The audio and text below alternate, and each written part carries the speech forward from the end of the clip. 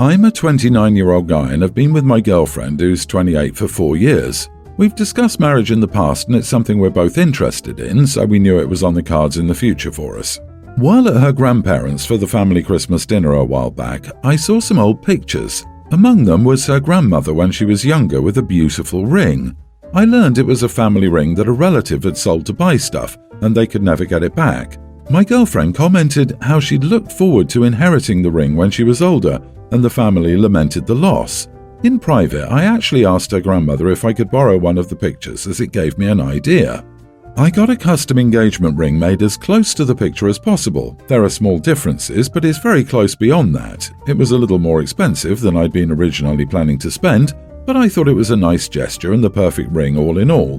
When I proposed with it, my girlfriend was shocked, thinking I'd tracked down a ring that looked similar and happy until I explained that no, I'd had it made. Then she got upset with me. She thought if I was going to get a custom ring made, I should have had her help design it, so it was to her exact taste. I pointed out that she'd said she wanted to inherit this ring and I thought it was a good gesture and a way of bringing the ring back to her family. She disagreed, stating that it's not the same ring, so it doesn't hold the same sentiment, and I should return it to get a new custom ring. Obviously, I can't do that. It's a custom ring, which means there are no refunds, and that upset her. I wanted to surprise her with a gesture that I thought would mean a lot, but it backfired. I'm a bit upset that she was happy with the ring until she learned it was a custom ring. We're not yet engaged as the proposal kind of backfired, as you all can see. Am I the idiot for doing this? Not the idiot. That was no backfire. This worked out perfectly. You were able to see her true colours before the marriage. Run, buddy. Run fast. It sounds like she's being really petty about it. Maybe it's not got the same sentiment as the original, but now it's got a wonderful story behind it that would enrich its sentimental value for anyone who inherited it in the future. It's really sad that she's taken such a special and grand gesture that you clearly went through a lot of effort for, turned it around, and made you feel bad for it. Do not feel bad or weird for being incredibly thoughtful and essentially recreating an heirloom. She's lucky to have you, clearly, though I'm not sure I can say the same for you. I 100% agree. That has to be the nicest thing any guy has ever done, and if she doesn't appreciate the effort, he needs to run. But my petty side says tell grandma what happened and offer her the ring instead. People often ignore the fact that an engagement ring is a piece of jewelry that you will wear and look at every day for your entire life. It's very valid to have opinions on how it looks, and in this day and age, many women are very involved in designing or shopping for their rings. I think most women would at least expect to have a conversation about how ring shopping would be handled before anything is purchased. OP made what, in his mind, was a grand and thoughtful gesture, but on his girlfriend's end, an important decision she always wanted to be involved in was made without her. This is the correct response. It seems like any time a woman doesn't fawn over her engagement ring, the response is, she's a crazy gold digger, you should run from their relationship, which is so incredibly dramatic. Engagement rings are deeply personal, and it's usually a good idea to make sure they're to the taste of whomever you're giving them to. It was a really sweet, thoughtful gesture, but it missed the mark. I'm getting married in a few weeks, and this has become an issue. Long story short, my brother married Gemma 4 years ago. She and I have a history. In high school, she was a bully and I was one of her targets. She bullied me until it got to the point my parents changed my school because I was struggling. I have a history of anxiety disorder as well as depression. She made me so unstable and took joy in it, from stuff about how I looked, calling me fat, ugly, disgusting, to mocking how I spoke because I sometimes struggled to finish sentences or talk without a stutter. Then, 2 years after I left the school, she got expelled for bullying other girls, one in particular that got so bad for an expulsion. And then we ended up in the same school again and she went right back to targeting me. At the worst, she said something unforgivable and disgusting, and I finished high school at home because of it. I also started suffering panic attacks again after that. So it turns out she had a rough family life and she ended up having a breakdown a couple of years after we both graduated. My brother met her again while she was working on becoming a better person and they fell in love. It hurt me deeply that my brother could fall in love with the person who did what she did to me. He told me she was a different person, that she'd changed and grown. He made me listen to an apology from her, and then it was suddenly like that should be it, and now we're family. It's not that simple for me. I can understand she had a rough past and see that she does seem to be a better person, but I still hate her for what she did to me. mostly because what happened meant I had to leave school and started having panic attacks again. It's also hard for me with my brother sometimes, knowing he believes he can absolve her of what she did to me and believes that I should treat her like I love her. My wedding has now become a hot topic because my brother was asked to be a groomsman by my fiancée and Gemma has not been asked to do anything. She's just a regular guest. An unwanted one, admittedly, but one who is there all the same. My mom and brother asked about Gemma being a bridesmaid, but I turned it down. But what really started this is my brother found out my fiancé had a couple of friends he would have asked to be groomsmen, but because we needed the numbers even and because I would never ask Gemma, he decided not to. My future brother-in-law blabbed. So now they're saying I'm an idiot for not including her in some tiny way and making it seem like she's not part of the family. My dad told them it was too much to ask of me and that part of being a better person for Gemma is accepting that she and I will never reach a better place. So now my dad is in the doghouse too. Am I the idiot? Your dad is right. If she was a good person now, she'd understand that she's owed zero forgiveness for her actions, no matter what her home life was like then or what her current life is like now. Not the idiot. You and your dad are solid. She's even invited to the wedding, which is more than I'd ever do in a situation like this. I'm side-eyeing OP's mom. She had a front row seat to all the torment Gemma put OP through and its impact on her daughter, and she genuinely thinks one apology magically makes everything okay. Good on Gemma for trying to better herself, but that doesn't erase all the pain and mental torture she put people through. She, OP's brother, and mom should be glad she's even allowed to be there. I usually don't try to assume anything unless the OP says something, but I genuinely wonder if maybe OP's brother and Gemma are about to start trying for kids and OP's mom is blinded by future grandbabies. I didn't see anywhere how she came to you and apologized for all that she did and begged for your forgiveness, while explaining she'd understand if you couldn't give it to her. OP, she isn't sorry. All that matters to her is her own trauma. She apologized to make herself look good and to feel better about causing you pain. Personally, if it were me, I'd disinvite your brother, his wife, and your mother if they keep throwing a fuss. Your dad's solid, he can stay right where he is. You deserve a stress-free wedding. My husband, 34, is your brutally honest type of guy. He's also incredibly attractive because he takes good care of his appearance. From when we started dating, I got used to strangers or servers complimenting his looks and expressing their admiration in different ways.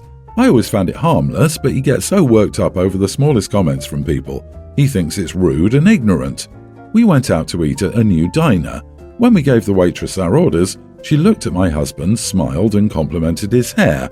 He smiled and said, "Thank you." He then looked at me and asked if I noticed how the waitress was basically trying to flirt. I noticed, but figured maybe she did this to get more tips or something since it's pretty common practice, and I used to do it. He looked at me shocked and asked, "Really?" He then dropped it till the waitress got back with our meals. As she was putting the food down at the table, he looked at her and said, "Hey, let me tell you a little secret." And she looked at him and was like, He then said, "I have been all around the world for the past 10 years and I've seen many, many beautiful women, but I'm married," he stressed like this, "to the most beautiful one, and she's all I see now and forever." The waitress looked dumbfounded. She smiled awkwardly and then asked why he was telling her this. He replied, saying it was to save her time and effort with whatever she was trying to do. She looked down and quickly walked away. I said that was hurtful and uncalled for, but he said she needed to hear it to learn a lesson and know her place. I told him she was being harmlessly flirty, barely, which could be her way of getting better tips and that he didn't need to embarrass her like that. He was like, "I don't get you. You should be encouraging me to shut this down instead." I said it was just a comment she made about his hair and that's it. He got upset and said that I made him feel crappy for trying to set a boundary for himself, but I thought he overreacted. Am I the idiot? Not the idiot. Used to receiving compliments or not, that's an awful way to view it. Compliments don't equal intimate attraction. You can compliment a friend or stranger without feeling the need to be in a relationship. The dude sounds like he jumps to conclusions and then boasts to make himself feel better. Maybe he needs to start giving out compliments instead of only receiving them to gain some humility. Not the idiot, but what kind of person puts someone in their place? Your husband's desire to teach someone a lesson is disturbing. There's nothing normal or healthy about his response. That's genuinely foul. He's got a much bigger problem than cheerful waitresses.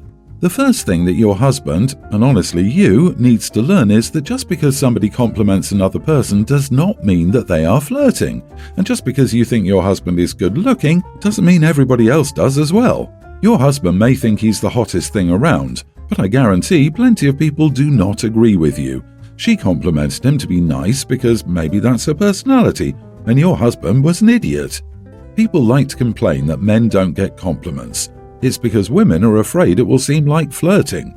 Thanks to OP's husband, one less woman will feel comfortable complimenting men. Background. My 36 male wife, Elise, 32, is 37 weeks pregnant with a boy. The pregnancy has been rough for her and she's been on bed rest for the past 2 months, but we're still excited about our first child together. We've had a lot happen over the past year: first house, new jobs in our career fields, a new dog, new car, marriage, etc. And this baby has been the icing on the cake for us. My brother Kirk, 34, and his wife Jill, 30, have just lost their home for lack of payment. Jill is a stay-at-home mom to their daughter, young child, and Kirk's job has been cut down to 4 days a week, so money has been tight for them. Kirk asked if they could stay with us for a few months. I knew about them losing their house a couple of weeks ago, so that part wasn't a surprise, but I didn't know they had nowhere to go.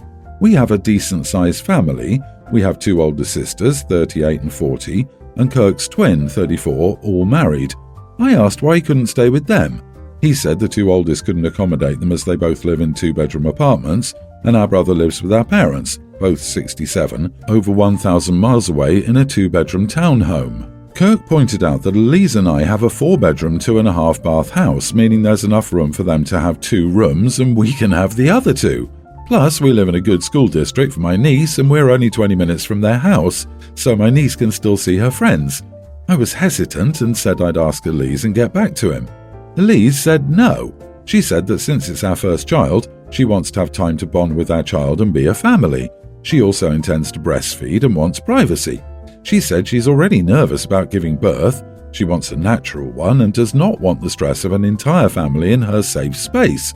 House. I'm not going to lie, I agreed. I told Kirk that we decided, yes, I said we, and he got mad at me, reminding me that when I took a year off of college for my depression, he let me stay with him for 6 months. I told him that was different because I paid him rent, $350 a month, and neither of us had a wife or children. I said my wife is pregnant and she needs time to relax after having the baby.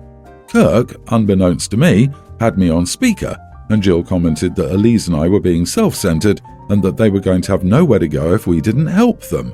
But I said we can't right now because we must think of our son first and Elise's health after giving birth. So I asked Jill if she would have wanted to host a family at their house immediately after giving birth, and then the phone hung up.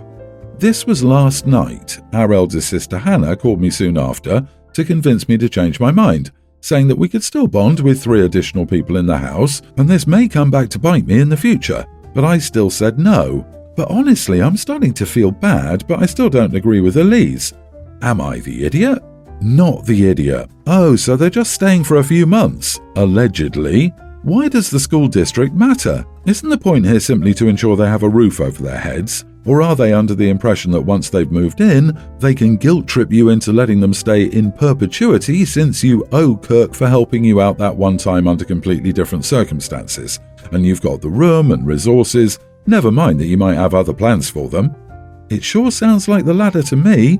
Put your foot down that this is not an option and you need to focus on the impending birth of your child. So Kirk and Hannah and anyone else who insists on involving themselves needs to figure something else out instead of continuing to waste time arguing with you. OP, notice how she didn't answer and hung up when you asked if she would have appreciated having people stay in her house after giving birth herself. She knows she wouldn't have and didn't like you pointing it out.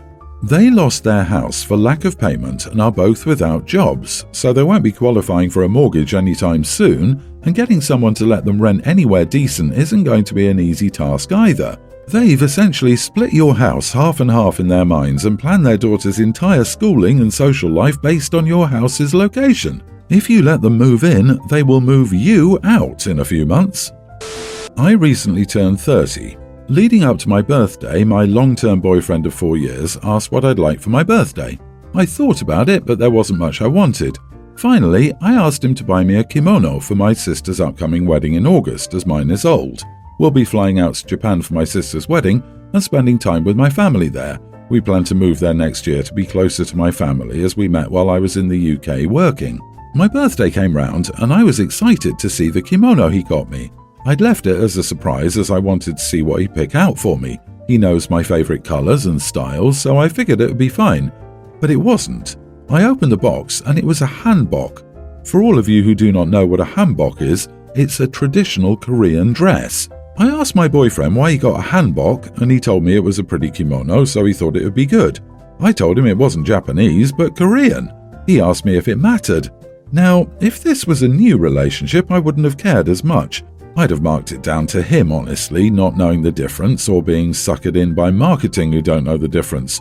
Though I'd never have asked a new boyfriend to get me something like that. But we've dated for years. He's been to Japan with me several times, he's seen me in a kimono. He's even learning Japanese. We're planning to move to Japan, and you don't realize why a hanbok and a kimono are not interchangeable?